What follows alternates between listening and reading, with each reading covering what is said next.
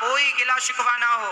आप पूछिए हमसे कि बताओ अनिरुद्धाचार्य जी, आपको किससे शिकायत है? मैं आपको बता दूं, मुझे अपनी जिंदगी में मुझे किसी से कोई शिकायत नहीं, कोई शिकायत नहीं। आप सारी जिंदगी शिकायत भरा जीवन जीते हैं। किसी को अपने पति से शिकायत है, किसी को अपनी पत्नी से, किसी को अपनी बेटी से शिकायत है, तो किसी को अपने बेटे से, तो किसी को अपनी माँ से, किसी को अपनी बहन से, किसी को अपने पड़ोसियों से, तो किसी को अपने अपनों से शिकायत है, किसी को भगवान से शिकायत है। पूछिए आप दास अनिरुद्ध से कि आपको किससे शिकायत है? भक्तों, दिल से कहता हूं, ठाकुर जी गवाह हैं इस बात की कि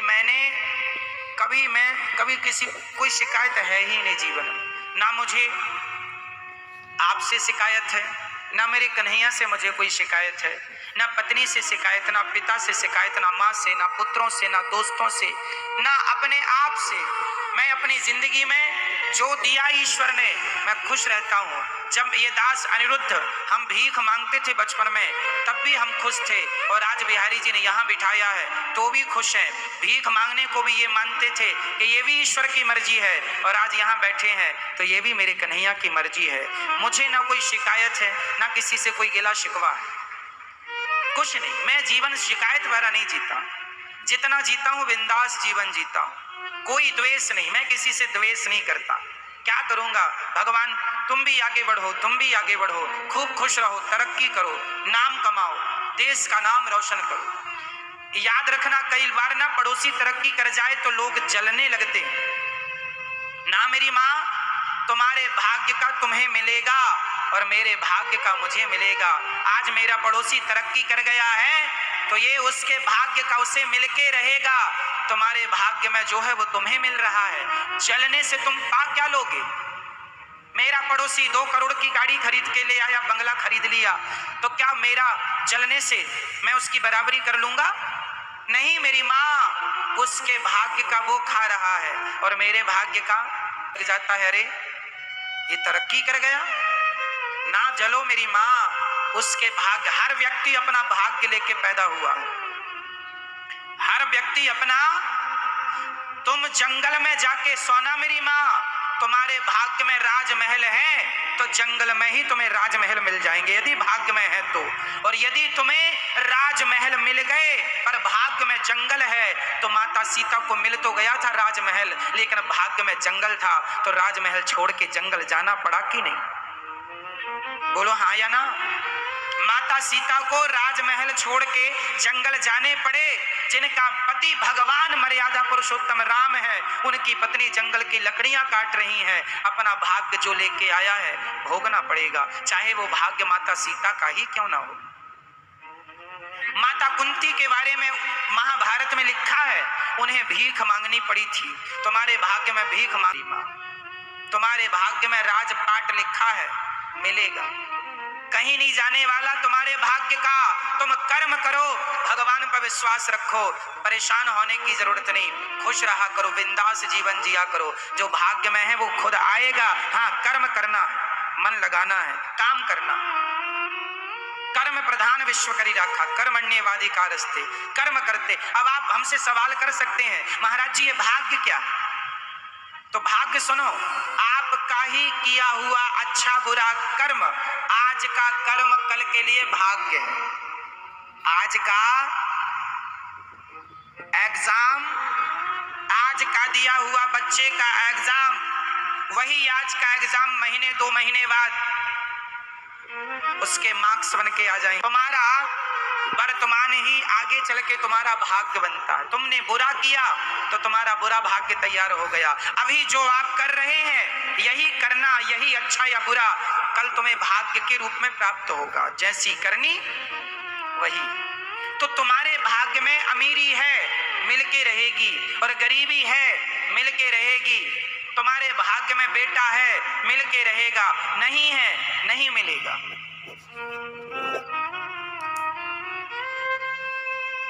इसलिए मिल रहा है तो ईश्वर की मर्जी मानो, और नहीं मिल रहा है उसमें भी ईश्वर की, क्योंकि भाग्य विधाता कृष्ण है।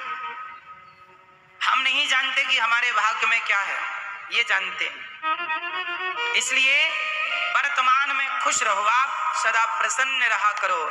जो होगा भगवान के भरोसे रहो। पिया है अमृत और शंकर जी ने पिया जहर, तो बताओ बड़े कौन है, शंकर जी या देवता? जोर से। देवताओं को कहा जाता है देव और शंकर जी को कहा जाता है देवाधिदेव महादेव। अमृत पीने वाले वहां नहीं। इस कथा का क्या रहस्य है, क्या समझा रही है ये चर्चा? कि जीवन में सम्मान पाने वाला व्यक्ति बड़ा नहीं, अपमान पाकर भी जो अपने आप को सम रखे, ठंडा रखे, शांत रखे, वही व्यक्ति जीवन में बड़ा होता है।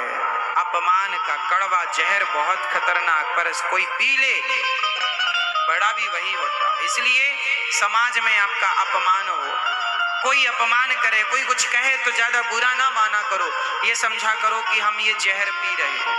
पी लो, पी लोगे तो शायद तब थोड़ी जलन हो, शायद तब थोड़ी तकलीफ हो, पर बाद में आनंद ही आनंद होगा। सास गाली दे तो बहू को ये जहर पी लेना चाहिए। बहू गाली दे तो सास को ये गाली का जहर पी लेना चाहिए। पिता गाली दे तो पुत्र को ये जहर पी लेना चाहिए। भाई गाली दे, ये सारे जहर पी लो, और जब जहर पियोगे तो बड़े बनोगे। अपमान सहोगे तो बड़े बनोगे। अच्छा एक बात बताओ,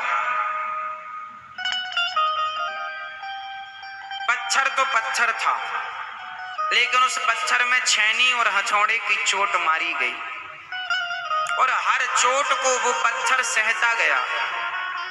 लाखों चोट पड़ती है छेनी और हथौड़ों की, तब जाकर के कोई सामान्य पत्थर क्या बनता है? भगवान, मूर्ति, फिर प्राण प्रतिष्ठा तो ठाकुर जी हो गए। बिना चोट खाए, बिना सहे पत्थर भगवान नहीं होता, तो बिना सहन किए आप एक अच्छे इंसान कैसे हो सकते हैं?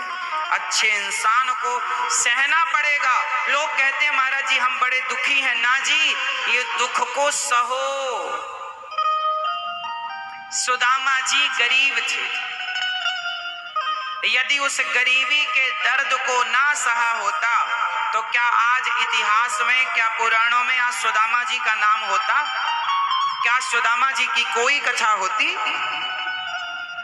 यदि उन्होंने आप लोगों की तरह, अरे भगवान हम तो तुम्हारे इतने बड़े भक्त और हमारे घर में खाने को रोटी नहीं है, पर सारी जिंदगी बुढ़ापा आ गया, सारी जिंदगी उन्होंने फटी सी धोती और पूरी जिंदगी गुजार दी उस गरीबी में। पर धन्य है सुदामा जी, उस गरीबी, उस विषम परिस्थिति में भी उन्होंने अपने संतुलन, अपने धैर्य, ईश्वर चिंतन को नहीं छोड़ा। परीक्षाएं तो देनी पड़ेंगी ना मेरी माँ, सहन तो करना पड़ेगा ना, तपना पड़ेगा। अरे लोहे भी, सोना भी चमकने के लिए भट्टी में जाना पड़ता है उसे। तो आपके जीवन में जब कोई कष्ट आए, कोई संकट आए, कोई मुसीबत आए, तो समझ लेना कि ईश्वर आपके लिए बड़ी प्लानिंग कर रहे हैं, और उस प्लानिंग के लिए तुम्हें इस दुख की भट्टी में तपा रहे हैं, क्योंकि तुमसे और बड़ा काम कराना। हर दुख को सहो और हर दुख को सहकर हर स्थिति में प्रसन्न रहो, खुश रहो। मुसीबत नहीं आएगी ऐसा नहीं है, आएगी, सहना पड़ेगा। तूफान आएगा, उस तूफान को सहना पड़ेगा। किसे? वृक्षों को। बाढ़ आएगी, उस बाढ़ को सहना पड़ेगा। किसे? वृक्षों को। एक बात बताएं, जब बाढ़ आती है ना नदी में, तो बड़े बड़े पेड़ पौधे टूट कर चले जाते हैं, जड़ समेत उखड़ जाते हैं, और एक घास होती है। एक दिन समुद्र ने नदी से कहा कि तुम बड़े बड़े वृक्ष पेड़ पौधे तो बहा कर लाती हो नदी, तुम घास नहीं लाती। नदी बोली क्या करें, घास बड़ी चतुर है, जब बाढ़ आती है तो घास झुक जाती है, पानी ऊपर से निकल जाता है और ये पेड़ अकड़ के खड़े रहते हैं, तो मैंने बहा करके ले आती हूँ। जीवन में जो अकड़ जाएगा वो बह जाएगा, झुक जाएगा सो रह जाएगा। झुकता वही है जिसमें जान होती है, अकड़ खास मुर्दे की पहचान होती है। इसलिए जीवन में शंकर जी की तरह बनो। भगवान शंकर गालियां खा रहे हैं, अपमान सह रहे हैं, चुप हैं, कोई उत्तर नहीं। आपको भी थोड़ा झुकना सीखना चाहिए। रिश्ते यदि झुकने से बचते हो तो बचा लेना चाहिए, और झुकता तो वही है ना जिसमें जान होती है। अकड़ खास मुर्दे की, झुकना सीख, झुकिए। कई लोग टूट जाते हैं, रिश्ते तोड़ लेते हैं, झुकते नहीं है, गलत बात। और बच्चों को मोबाइल पर सब्सक्राइब कर देना चैनल को, ताकि सब बच्चे सुने। आज इतने जो समझदार लोग हैं उन्होंने तो चैनल को सब्सक्राइब कर रखा है। बस आप अपनी समझदारी का परिचय तुरंत दिखाइए, क्योंकि संस्कार मिल रहे हो फ्री में तो लेने में नुकसान नहीं है। क्यों जी, नुकसान है?